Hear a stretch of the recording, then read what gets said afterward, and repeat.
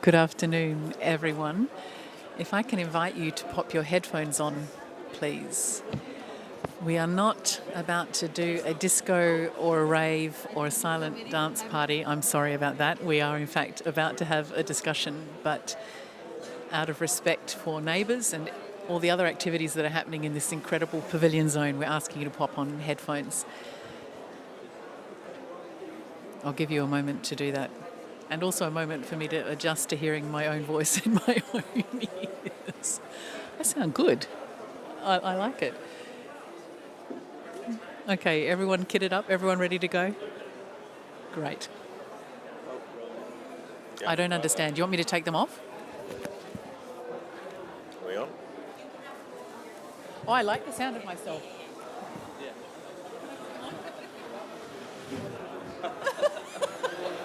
Or d-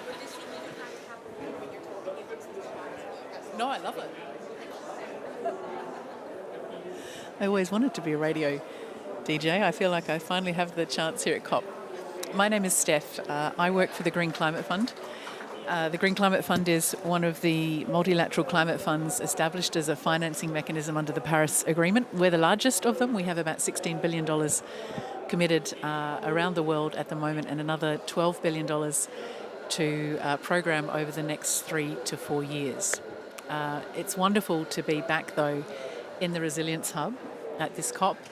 I helped start the Global Resilience Partnership many years ago, back in Kenya when it was still a dream and an idea, and it's wonderful to watch it have grown and matured into the powerhouse it is for resilience. Not just things that happen on the ground, but the way we think about resilience and the way we therefore program and invest in it. Thank you to...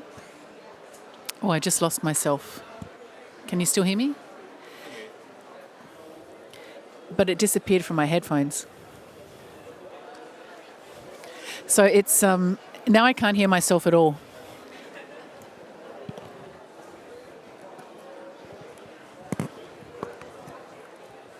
That's better. Can you keep me in my headphones and I can actually hear? That's great. Thank you. Thank you for giving up your lunch times too to spend this time with us. We have a fascinating topic ahead of us. Before we dive in, let me introduce our panellists this afternoon. We're going to hear some expert advice from Eugene Montoya, who's at my extreme right. I'm going to ask you to introduce yourselves in just a moment. And our colleague Bijal from Mahila Housing Trust as well will help explain particularly the equity and inclusion aspects of this incredible topic we're meeting to talk about today. And Rowan Douglas from Howden Climate Risk and Resilience is joining us today. I don't know about you, but I boarded the plane to come to this COP from South Korea with a measure of fear and apprehension, actually, and feeling disturbed and feeling like more than ever we're on the blink of our decisions mattering more than ever. And it's very easy to be at this COP and think, well, what hope is there on a multitude of fronts?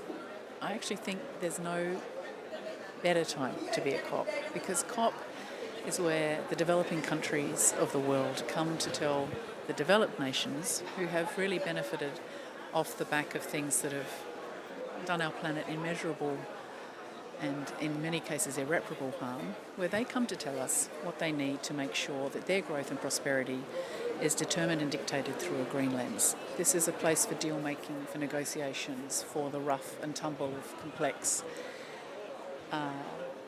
arguments and discussions. And we need those more than ever today, and we need them to matter more than ever today. Of course, this COP has been dubbed the Finance COP, and we all know why that is, the world's worst acronym, NCQG. We need to not just talk about the volume of finance, though, but the type of finance and where that finance ends up getting. Does it actually get to the last mile? Does it really deliver adaptation, mitigation, resilience for the world's most vulnerable? We want to have that conversation today with our eyes particularly around urban infrastructure. When you hear urban infrastructure, you might think the things we build with, concrete and glass and brick and wood. And they're all important things. They're important structural elements. But the most important thing is how we as humans live and work and benefit from what those structures to deliver to us. We're going to have a big picture discussion today. So I wanted to say that I think we should concentrate today on thinking there's never been a better time than present to do something about this. We have more knowledge, we have more resources, we have more determination, and in fact we have more finance to do more about climate action than ever before. So it's incredibly important to get this right. We know that urban infrastructure has historically defined itself in colour terms, grey. And if, like me, you know relatively little about this topic, grey meaning things like concrete or metals or glass, or even public utilities, the context without a recognition of the green and blue natural assets that Eugene is going to help us understand better in a moment, that really underpin all the built environment structure and, importantly, how we relate to that. And today we want to have a discussion around what roles do resilient design, does equity, does financial value de-risking play to support the application of new technologies? How do we get this right across a whole variety of projects, from public sector, private and community-driven investments? I hope you learn a lot, as I am looking forward to doing this afternoon. We're in the hands of experts here. It's my task to ask you each to introduce yourselves before I hand over to Eugene to set the big picture. Eugene, do you want to tell us a little bit about yourself? Why are you here? What do you do? Sure, and hopefully everyone can hear me okay. My name is Eugene Montoya. I'm from Miami, Florida, and I'm representing Waterfront Alliance, which is a climate resilience nonprofit based in New York City with a national reach now with our different programs, including our Waterfront Edge Design Guidelines, WEDGE. My job at Waterfront Alliance is really to advance the understanding that what exactly Stephanie was mentioning, that the built environment is made of natural capital, and the relationship between the built and natural environments is more critical than ever. So what we've done is we've actually taken our understanding of the past, the present, and integrated it to make a future that is resilient and thriving and in a better natural balance with nature itself. I'll be telling you a bit more about that. But in addition to this, I focus heavily on bringing our design standard WEDGE into the global financial system. I work with financial institutions, which could include banks, broker-dealers, asset managers, asset owners, insurance companies, reinsurers, to really understand and evaluate, to integrate better data so they can make more informed decisions about how we're really living and how we're working at the water's edge. With that, I'll pass it over to my esteemed colleague to the left. Yeah, so my name is Bijal Brahmbhatt, and I had an organization called Mahila Housing Trust in India, but we've also started working now in Nepal and Bangladesh. For a very long time, we have worked with poor women in the informal sector, trying to improve their habitats, and then, because it's habitats and built environment, it naturally gravitated also to climate adaptation. But as we went along, we found, at least in the context of India and Global South, 2-3 things we realized. We realized that, climate and ecological improvement can not only be done only at the community level, because you cannot otherwise reap benefits, So, for example, if you are looking at reducing heat stress, it cannot be done only at a community level. There has to be a certain geospatial scale to it. Secondly, and so we realized that how can we bring up the demand side, which is the poor women, to also partner, with the cities, with several other stakeholders, at least take city as a unit and enable the city to implement the nature-based solutions and other solutions, of course, for climate resilience and adaptation. So now we are, in a sense, we have a poor women-led model which is working with smaller cities in India, because that's where the gap is. That's where we are urbanizing very fast, almost 4,500 cities, and with no resource and technical capacity. So we are enabling the stakeholders to actually contribute towards a greener world now, with the poor women in lead. Bijal, thank you. Rowan, over to you. Oh, thanks so much. So my name is Rowan Douglas, and I work for a big insurance and reinsurance broking company called Howden. Joined here by my colleague Vlada in the first day in the Blue Zone today, first COP visit. And great to have you with us, Vlada. And it's a big company that supports essentially resilience and people to access insurance around the world. And I'm a geographer, not an economist, that found themselves working in finance. And about 10 years ago, had the privilege of helping to found a group called the Insurance Development Forum, which brings together the UN and the World Bank type institutions with the industry to really sort of lean in and help on these agendas. And we'll talk a little bit about that. I had the pleasure of working with the Mahila Trust and others over the years. But I suppose just to sort of set an inspiration, I'm a real nerd. Okay, I'm into boring things like insurance history. All right, so I take my inspiration from 150 years ago. And 150 years ago, the equivalent of climate change was urban fires. Urban fires, as we were industrializing around the world, were becoming a massive challenge. People were moving to cities, they weren't planned, they would burn in America, in Europe, around the world. And it became so extreme that obviously hundreds of thousands of people were perishing. The scale was becoming enormous. Investors were losing lots of money. And they became almost sort of stuck in what to do. So they got to the point of desperation. So they went to insurers and said, help us. So we want insurance. It was becoming too expensive. Does that ring a bell? And so the insurers got together with engineers and policymakers. This was about the 1880s in America. And they said, well, you can have your insurance, but you're going to need to have building codes and zoning laws. You're going to need to have fire departments every 3 miles. You have all these things that are going to require the built environment to become safer, to allow insurance to become viable. And without insurance, there could be no investment or credit. So what happened over the next 50 years was, dare I say it, a resilient transition, where the urban fabric of our cities was naturally rebuilt because there was so much investment, but the boring rules of insurance contracts, informed by engineers, shaped where capital and credit went. And urban morphology, I'm a geographer, was transformed so that within 50 years, outside of warfare, urban conflagration was almost forgotten. So what we're seeking to do is relearn our history and use the joy of insurance to retrain the invisible hand of economics to do the job for us. So that's my inspiration for being involved in the Resilience Hub over the years. Thanks, Rowan. I feel like joy of insurance should be on a T-shirt somewhere sometime. Do you ever get invited on people when they have to say my 4 top guests for my dinner party next week? Listen, we're going to get into the subject matter, but before I do, I just, as it's my privilege as moderator to explain that I can get a little bossy. We have really great questions that people have prepared for. So I may interject and actually ask people to wrap up a thought so that we can keep moving through the discussion. We have an hour and we've got lots of really great, rich content to get through. So do allow me to be a little directive if that's okay, panelists. Thank you. Eugene, over to you. Please tell us what we need to know.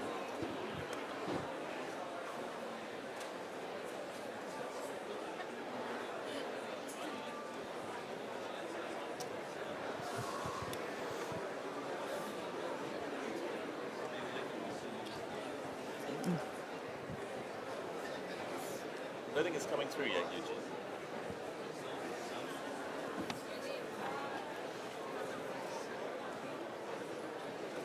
Yep, okay. Terrific. Actually, I prefer the handheld mic as it is, so thanks so much. So we're going to do something a little different than a typical panel. We're actually going to have a small presentation just to level set these topics, because these are fairly complex topics that are very everyday to people who work in the industry, but they're not necessarily everyday to you. And we want you to understand them. We want to have a common language, and we want to find a way to mutually connect so we can build collaboration. Without further ado, I'm going to talk about resilient infrastructure, just helping define it. I'm going to do a small introduction to the Waterfront Alliance because our DNA is a response to climate system change, and also give you some actual solutions and examples. Oh, that's a great idea. It's wonderful the panelists can also see this presentation.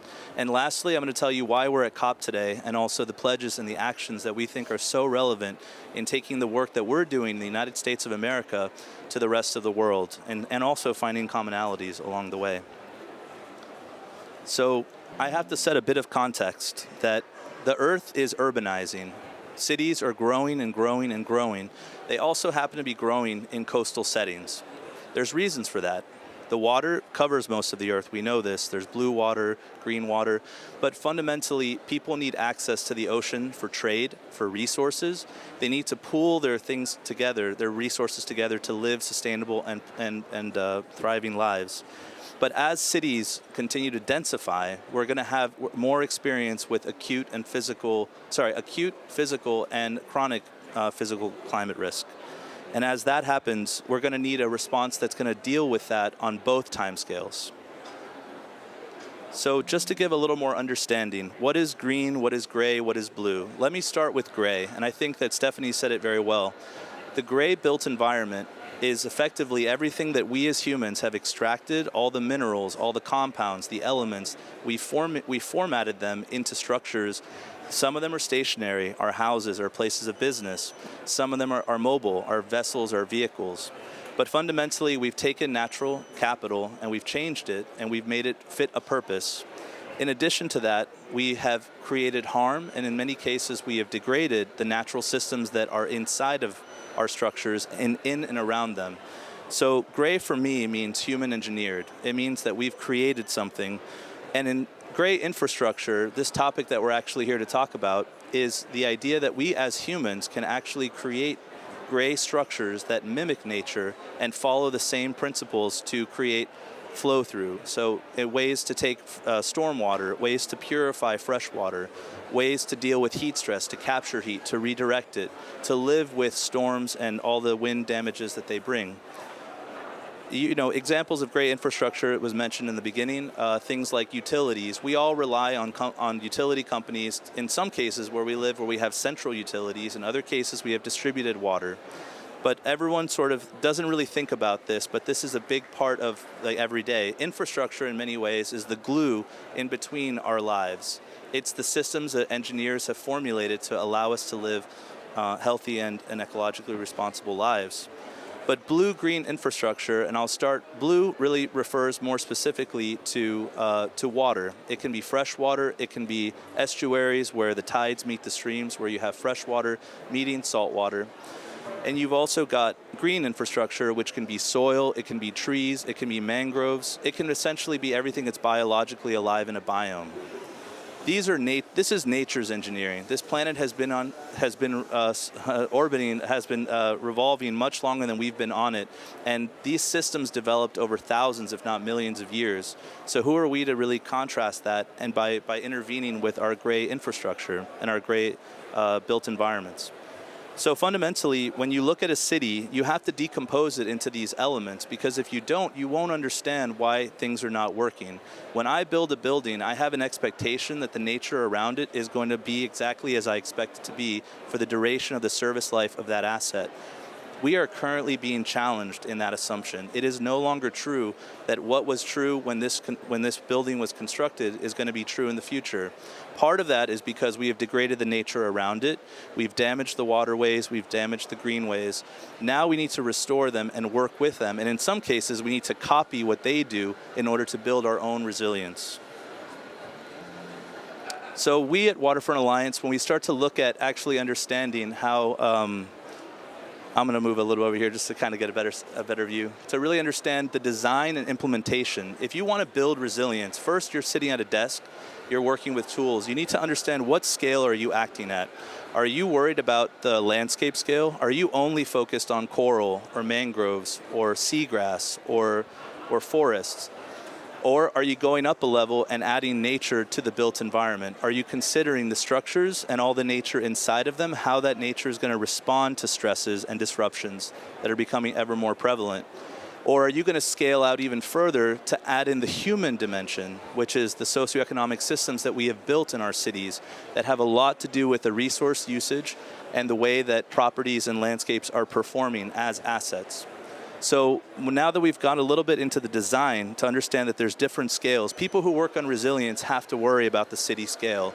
It's not simple enough to focus on restoring one mangrove, colony or one particular coral. Oh, I think there was a little bit of a sound. Hopefully you can hear me okay now. Okay. And moving down into the implementation, we think about. Oh, okay. Okay. Thank you. Moving down into implementation, the main takeaway I guess I would give you from this is that the built environment is made of natural capital. Therefore, it's not simply the grass that it's built on, the geology, the hydrology of the area. It's also what it's made of. And how long can that last? And how are we thinking about trying to future-proof it to have its intended purpose? So as we start to evaluate resilience, we're sort of solving for a problem here. We're trying to figure out what are we up against? What is loss and damage? Well, the IPCC gives us a great way to think about physical climate risk. We have hazards, which is really what's driving the risk of loss and damage. In particular, we're talking about urban settings. So it could be climate, it could be weather, it could be water, it could be societal, it could be actually technology failing, it could be buildings crumbling, it could be lots of design flaws and implementation flaws. The exposure, who or what, this is important to note because it's not just buildings that are at risk, it's also the people who depend on them. They live in them, they work in them, they are the lifeblood of economies, of taxable basis for governments. Without this network view of our assets, we're not going to build resilience. And lastly, vulnerability. What is the probability of an extreme event? Seems to be increasing. These low probability but high impact events are happening more and more. And fundamentally, what is the sensitivity of my built and natural environment to those stressors? Thinking about, on the right side, the acute things, the tropical cyclones, or the chronic things, the sea level rise, the natural resource scarcity. How do we actually start to plan for two timescales that are both interrelated and also affecting our ability to respond and to actually live stable lives? So this gets me to who we are at Waterfront Alliance. I'm proud to say that this organization was created, much like most things in the human context, out of necessity. Superstorms were battering the New York City area, and over time people realized we needed to do something that was bigger than me protecting what I care about, my house, my business. It had to be bigger than that, and I had to unlock the value of the nature and the infrastructure between these assets in a network approach. So Waterfront Alliance, together we build, transform, revitalize, and protect accessible waterfronts for all communities. We give a voice to organizations that don't have a position in the boardroom or on the assembly hall or in a parliament or in a Congress. We fundamentally look to revitalize areas that meet the water's edge. That is the focus of our company. We're looking at that exact point where the built environment touches the water. So to do that, we've created a program which is also a rating system and has quickly become one of the leading rating systems in the United States, preferred by architects, called WEDGE, Waterfront Edge Design Guidelines. WEDGE is on its third version now, and over the years it's evolved to understand what it didn't know when it started. But a property developer will come to us to ask us to verify their site, and we apply the 6 categories: site assessment, community access and connections, climate and hazard resilience, edge composition, natural resources and sustainability, and innovation. And they fundamentally demonstrate to us that they have designed all of these elements to be awarded credits to get a WEDGE rating. So they're effectively looking at things like climate change, like 1 in 1,000 storms, 1 in 500 storms, and they're designing their built environment and their natural environment to actually be ready to take that on, even if it doesn't happen, because it probably will. But we can't predict it, but we understand the response of the asset to the event when it occurs. So by going through this process, this holistic process, we touch upon resilience, we touch upon ecology, and we touch upon community-driven design, which I'm very excited to hear about from our colleagues at Mahila Housing Trust. The edge composition I want to call your attention to, because that's really fundamentally what we're verifying. We're verifying that this site, and this is a site-specific credential, by the way, is actually sound, that it is climate resilient. WEDGE creates lots of benefits for the site. It creates savings through resilience. Resilience can come in many forms. We can actually, we can save money on insurance. We can use less resources. We can become more positive with our communities. We can include them before we build, before we rebuild, before we adaptively reuse. And all of this is factoring into the benefits that WEDGE provides. reducing long-term risk, promoting greater design that becomes a selling point as well for long-term assets. We're trying to extend the service life and the useful life of assets that are so critical to us. The community has a large part to play in that. We're not just looking at one site, we're looking at how that site actually protects areas around it, how it actually becomes a defense system for things like storm surge, for flooding, for sea level rise, for saltwater intrusion, for heat stress. And of course, I call out attention here that we also help the community address challenging issues like managed retreat. Is this a place that cannot be optimized? It cannot be adapted? Or if it can be adapted, do we need to cut into the gray environment and restore blue and green dimensions or features so that we can actually accept the linear understanding that water is coming? This is actually a fascinating element. So these are some case studies because we've been asked by the Resilience Hub, which special thanks to for having us today, to show you what it looks like when we actually apply this design standard to two real sites. This is Jose Marti Park in Miami, Florida, which is where I'm from. This rendering shows you that there are so many benefits to what Wedge is going to offer this particular park. This park sits adjacent to a 15,000 house neighborhood that is on the lower to middle income bracket. It effectively is the backyard of this community. This is where they go to recreate. This is where they go to escape the heat stress with the tree canopy. This is where they go to create businesses, to participate in the local economy. This model is Miami, but this can be taken anywhere. These are very agnostic, universal human elements. There's restoration of, we're concerned with what's happening inside of the water. We're restoring the native ecology. We're doing innovations with floating structures. We're letting the community tell us what they need and what they want out of this site, and we're integrating that into the design of how we build the green and the blue and the gray dimensions of a project. We're stabilizing the shoreline. We're preventing floods from getting into critical services like power and hospitals and other critical services infrastructure, septic and sewer system overflows, which creates so many unwanted effects on the waterways because ultimately all the water comes back into the ocean. And we're also really doing innovative things with stormwater. We're actually able to design the land to accept water, redirect it at high speeds away from places where it causes damage to human health, loss, and safety.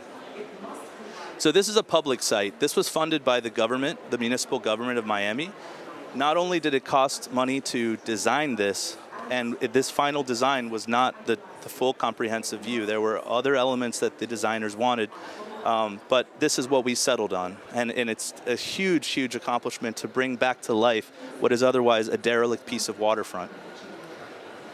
This is a private site. This is an older site, about 10 years certified before the other. This is where most of the Manhattan waste and recycling ends up in Brooklyn, the Sunset Park Materials Recovery Facility. Here's an example of a company that saw the value in doing Wedge for their asset because they know that they can prorate the benefits over time and receive value for these investments. Meanwhile, they're reopening the waterfront to be accessible to communities, to educate the next generation of people who will work in the industry, to bring a whole new generation into this discussion of climate action. We're using things like deep-rooted vegetated buffer zones. We're using natural materials to do what nature does in the water itself, restoring reefs for habitats, also wave attenuation to protect the shoreline from coastal erosion, from extreme weather events and other storms. We're increasing the permeability of the pavement to send water that's clean back into the centers where it needs to come back to us, uncontaminated and available for public consumption. So I think that, I'll go back a sec. I think when we think about gray infrastructure, it still feels a little abstract. I am not a scientist. I'm not a physicist. I'm not an engineer. I am amazed by I give them a voice in what I do with the financial community through this program.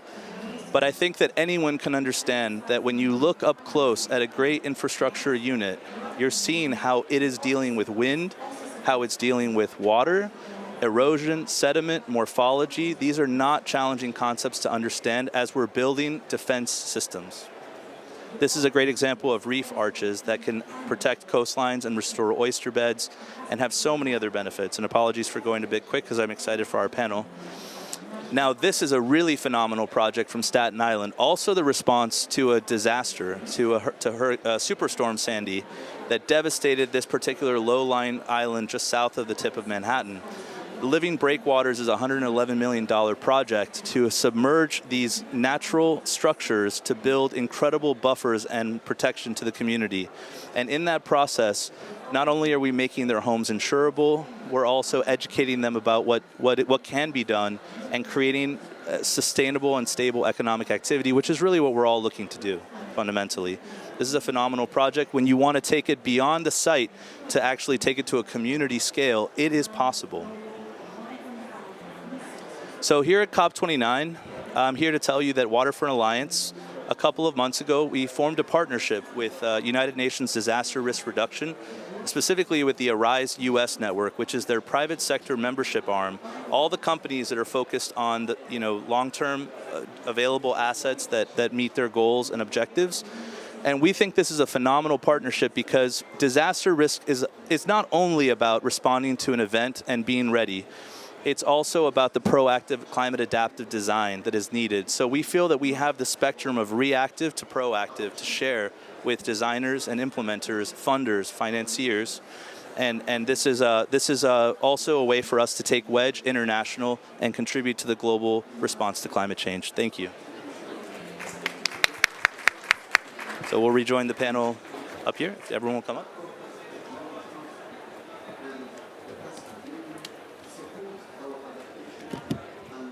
Eugene, thank you very much. That was really rich, and I know we cut you short when we were just getting into the meat of the examples, which is where all the talk hits reality. But thank you very, very much for sharing that with us. I want to turn to our panel for some reflections on what we've heard today. And firstly, for you, Bijal, you spoke a little in your introduction of yourself around Mahila Trust's work, particularly in nature-based solutions that demonstrate inclusion and equity in cities and communities. Could you share a little about your experience of working with women, particularly those from low-income communities, system-level stakeholders in climate resilience projects in urban settings? What is working? What are you finding is working in that setting? So I think, let me reiterate the fact that, what Eugene said, that you really need to work at a city scale to be able to address any, chronic climate issues. Because, if you make a household, because we are working with the most poor communities and they don't really have solutions that are, available to the entire world. So you may paint your roof with a paint which, sort of reduces heat. But if the urban heat island is going to increase, it's not going to benefit you that much. So we actually started generating demand. So and then we also did some research and we found that chronic stresses like heat or water scarcity or maybe inundation and flooding are impacting the women the most because so they lose out 1/3 on their economic productivity. They, there is a huge dual care burden on them. So they keep spending their time in taking, and it's a mental burden also because the care responsibilities increases because of the chronic stresses. And the third thing is that, you are also spending extra. So if the heat increases, then you sort of spend much more to counteract it in terms of the way you eat or colder drinks or probably the utility bills in terms of electricity. Yeah, so we then started looking at, because they could not adopt many active technologies, we started looking at passive technologies like, probably, doing the building bylaws or greening and, access to more water. But that could not be done without the city level stakeholders. So I think we had to work with ensuring, because if the city doesn't have water, how do you ensure that it reaches the poor, right? So that's how we started enabling the city level stakeholders. And to just give an example, in a small town in Amalner, which a small town in India would mean a population of 100,000, we determined the stresses and it came out to be heat, But heat was also increased because you don't have access to water. And you don't have access to water because the city doesn't have access to water. Because it was pumping the water from 22 kilometers away. But it did have, we mapped what we call open wells, 52 open wells in the city, which could have been used. But with the tradition, with the, the thinking that wells are there only to reach water, but not to increase the water table, they were all defunct. So first we started, and to increase the water table, you need to really sort of work at the city level. So we developed the women, we taught them the science, they approached the city, and then there was a decision taken that the wells will be revived. Some funded by the city, some by our donor. That led to another thing of having a city level action plan on urban forestry. So we had to determine all the lands. So, and there was no data. So the women collected the data, and then we determined all the land, so public, private, institutional land, and then, what species were existing, etc. It was a full-on science.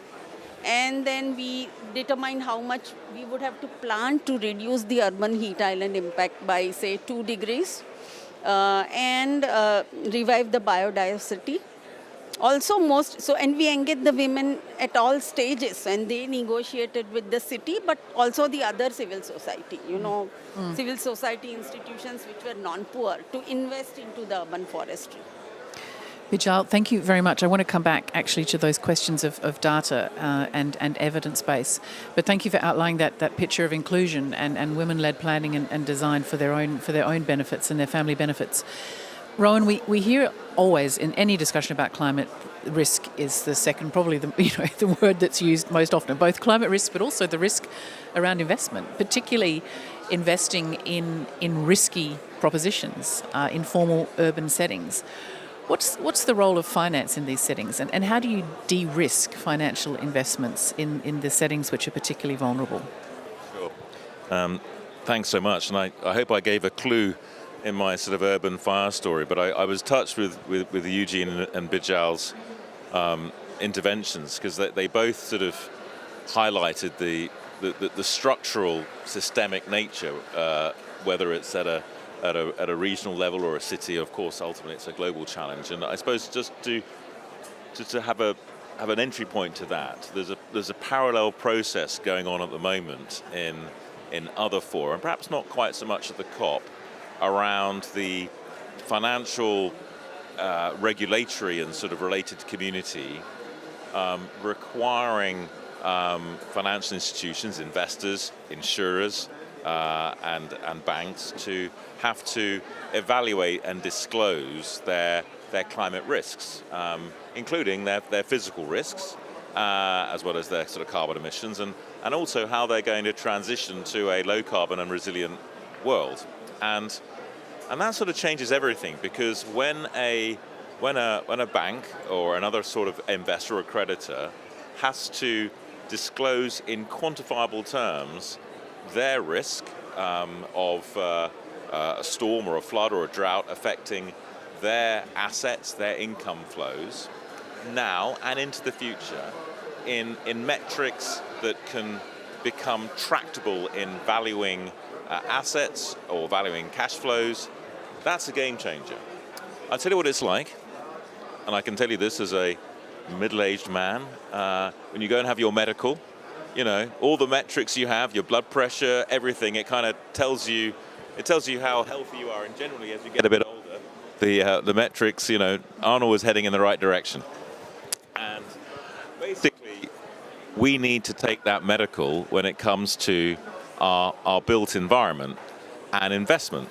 And the joy is that when you do that, and essentially climate risk becomes a contingent liability, which has to be expressed on balance sheets, anything that reduces that contingent liability is then credited immediately. So you hear all these sort of equations, $1 spent on resilience is worth, $10. Well, that's true when the disaster occurs. The problem is you only get the credit when the disaster occurs. You don't get the credit all the rest of the time. But under this sort of new evolving regime, actually you'll get the credit all the time. In fact, you will literally get better credit because your modeled risk will reduce. That will mean your cost of credit will reduce. And it's not just what you do to your own building. If you have a dependency on the quality of the flood defenses of the city or the health of the mangrove, if you can essentially model the risk of that asset being diminished or even removed, you have then a contingent liability going in the wrong direction. But if you can say, well, actually, this asset which we're dependent on has actually got being strengthened, that gives you an economic interest in that. And this is a game changer. So what's exciting is that some of the developments happening in sort of parallel but linked fora around the world of finance are directly linked to this challenge that we're facing. So my sort of argument is that we're all going to have to take the physical climate risk medical. And once that happens, there's going to be a resetting of valuations, and suddenly everyone will then have an interest in being more resilient to increase their attractiveness and their valuations. At the moment, this particular risk is being ignored, and until that changes, we're going to be struggling. I love that concept of a climate risk medical, and I'm always astounded at how many risks manifested do we have to look at before we take action. We think just this week of Spain, or last week of Spain, the week before that the US. We held an event last night for the Green Climate Fund. The Prime Minister of Tuvalu spoke. 10 years ago they started negotiating with the Australian government about how they would exercise statehood and sovereignty in a different country, because Tuvalu in 10 years will not exist. There will be no landmass. When we always talk about data in these settings, risk always leads to data. How do we prove the case? Eugene, I'm going to turn to you, because in the work that you're leading, a lot of this is around responding or preparing or preventing the next disaster manifesting, particularly in built environments. Can you tell us the importance of data and innovation in that setting for underpinning your work? And then Bijal, if you want to pick up on that and how you're seeing that in the settings you work in. Yeah, no, that's a great question. I think fundamentally we as humans right now on this earth are seeing leaps and bounds in the availability of better and better, more compelling data that's helping us make better and better decisions, to do better cost benefits over short scales, long scales, small domain, large domain. And the technology, the revolution that's happening with AI, with machine learning, we're really seeing a lot of cost efficiency and compression, which is going to help us do the tough work in the design and in the digital renderings, digital twin space can save us so much time from learning by doing, the heuristics of the way we have always done what we've done. So I see a lot of value in the cost coming down. Of course, there's still challenges with implementing resilient infrastructure. There's going to be cost of capital, cost of labor, cost of materials. But one area really I compel everyone or invoke everyone to really focus on is take the human tampering out of this work. We can reduce the policy complexity that's preventing us from actually achieving systematic and system level change. And if we don't build nodes of networks of resilient assets, cities will not thrive and survive. So it's very, very important to let the uncertainty in and get comfortable with it on the data part. I'll pass to you. Yeah, so I think when we started working at the city scale, we also, this AI thing has always intrigued me, and it intrigued me as to how it will work at a micro level and for the poorest, because my understanding is that you need a certain geospatial scale. And so AI, as of now, has its limitations. So it will look at a 30 square meter grid, and probably that would sort of include a larger landmass than a city, a smaller city. And so the micro level data really does add value in two things. One is it is community engagement, and it makes your planning much more better. So that you get better results. So I think we did a combination of, using AI to map the existing green cover, but also taking local level data with the women themselves, and then, interjecting it. And that made it much better. And when we also had data in terms of, we have locally, biodiversity diaries in terms of what kind of canopies and the trees would offer and what were the traditional trees that we had. And that really was very, very useful because that could not be taken from the top. Yeah, obviously. Yeah.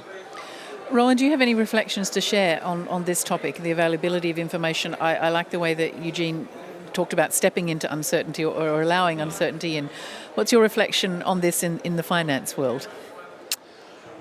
Well, I'm going to be contrarian, all right? Because I know there's lots of data. And there's going to be more of it. But in a sense, until we have the agreed metrics and methodologies, it's just noise. It's a bit like, until you know that you need to record blood pressure or whatever other sort of key vital signs we have for our physical health, we were in the relative dark ages. So what I'm concerned about is that the basic units of measurement for understanding resilience are well established. There's a very core methodology which, whether you're an engineer or you're an insurer or others, you have to use. You can put all sorts of verbal foliage around the outside. You can add to it to drive the materiality to your world, but ultimately we need to have the building blocks of hazard, exposure, and vulnerability. And I read too many reports, too much outputs which don't break those elements into their component parts. We use that we didn't use that, but that's the same with COVID. You had the hazard, which was the virus, you had the exposure, which was us, and you had the vulnerability, which was ultimately dealt with through a vaccine. That was how the vulnerability functioned. So we need that. We need to have a unit of measurement, as in a time, which is an annual measurement, because essentially hazards work on, surprise, surprise, an annual basis. And we also need to have an understanding of distribution. So when we say the average loss now, what do we mean? Well, you can't look back the last 50 years. You have to look at, say, a sample of models years of 100 years of now. And then you have to understand, okay, that's the average. What are we looking at in terms of extremes? The 1 in 20, 5% annual, probably 1 in 100. Once we get, and that can be applied to cash flows, it can be applied to mortality and morbidity, and wherever it can be applied to crops. Until we develop this shared language, whether it's used in finance, whether it's used in public policy, whether it's used in law to drive duties of care, until we have that, I'm afraid all the data in the world is only going to cause more confusion. And so, a dream of this community is to build upon our existing knowledge base and unify around those core metrics. Rowan, thank you very much. I'm always reminded of distraction, particularly in settings like this, and the need for focus. We're hearing this ourselves. We've got a couple of sound problems, but don't worry, that happens in these environments. And thinking too of sometimes our gaze and vision is too wide, and particularly when we start talking about scales and different scales and networking, and in fact their focus removes wriggle room, and wriggle room is where governments who don't want to invest reside. That haziness or the overflow of opinion rather than evidence often it creates noise that is very difficult to battle through. Ladies and gentlemen, we've got about 5 minutes left. I'm going to wrap up in a moment by asking our guests here today to be very pithy and very focused and concise in sharing with us if there's one message they want coming out of today's discussion to go to COP30, what would that be? I'll allow your brains to start thinking about that. But is there any remark or question from the audience? I'm very happy to. We've got probably a minute or so for a reflection or something that's caught your attention that you'd like to add to.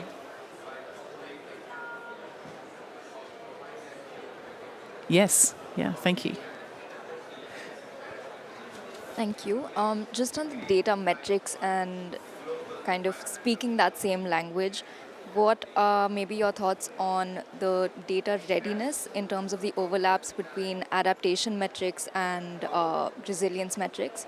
Because currently they are in the global goal of adaptation. They're working on the UE-BELEM kind of framework for resilience. So what data overlaps are there in terms of metrics that exist that we already have data available for versus what new data we might need to start collecting for insurance or for de-risking those investments? I think there's tremendous overlap. In fact, I sometimes struggle to understand the literal difference between adaptation and resilience. Ultimately, once you have a shared understanding of what's driving the risk, the hazard, the exposure, the vulnerability, it allows you to decide what are the best interventions to reduce the risk. Is it somehow changing the exposure? Is it obviously hoping to reduce the hazard? That's usually a longer term challenge. Or usually the magic bullet is finding something to improve, reduce vulnerability. Of course, there'll be a residual risk, and that's where risk sharing and insurance or other mechanisms can come into play. So we were lucky enough to work with the Mahila Housing Trust on what's called a parametric insurance to protect communities against heat. And when it was too hot over too long a period of time, communities would be provided with funds to allow them not to have to work or to have other forms of support. Now, those metrics are exactly the same as the ones for understanding mortality and morbidity risk from heat to urban populations. So the skill here is using a common spine of information. There may be things, limbs, arms and legs and fingers you need to add to it to make it then relevant to your particular use case. But until we're all using the same core approach, we'll be talking in apples and pears, and we can't have an integrated multidisciplinary solution, which is obviously what we need. So my view is I find it harder to find the differences. I find it hard to see what the differences are. And I think, too, one of the things that we see when we're talking about climate and poverty and climate and resilience is there's also a great adherence to these topics because they're linked to financial and political structures. And we like to simplify what we fund where and who has to fund what where. And that's one of the discussions that's up for debate at this COP. Who funds what where, who pays the price, and what price are we paying? And I think sometimes our terminology has led us to be combative rather than collaborative in this effort. We've got a minute left. I also want to acknowledge Jess, who's been cartooning and drawing behind us online. Thank you very much, Jess. I love your backdrop, by the way, and it's wonderful to see these pictures emerging, and they'll be shared as they always are after the Resilience Hub. Can I go backwards? Can I go Rowan, Bijal, Eugene, with your minute? What's that message, that key message for COP30? Use insurance to deliver your resilience medical. Okay. Mine would be bring in more equitable finance for nature-based solutions to increase adaptation and resilience. I would say don't be afraid to decompose every investment into green, gray, blue dimensions and really understand that it's just as natural as the design, construction, operations, maintenance, and funding cycle. It's as ubiquitous as what we do now. It's a simple integration, and maybe we don't have the perfect data, but directionally we can know that we're going in the right direction.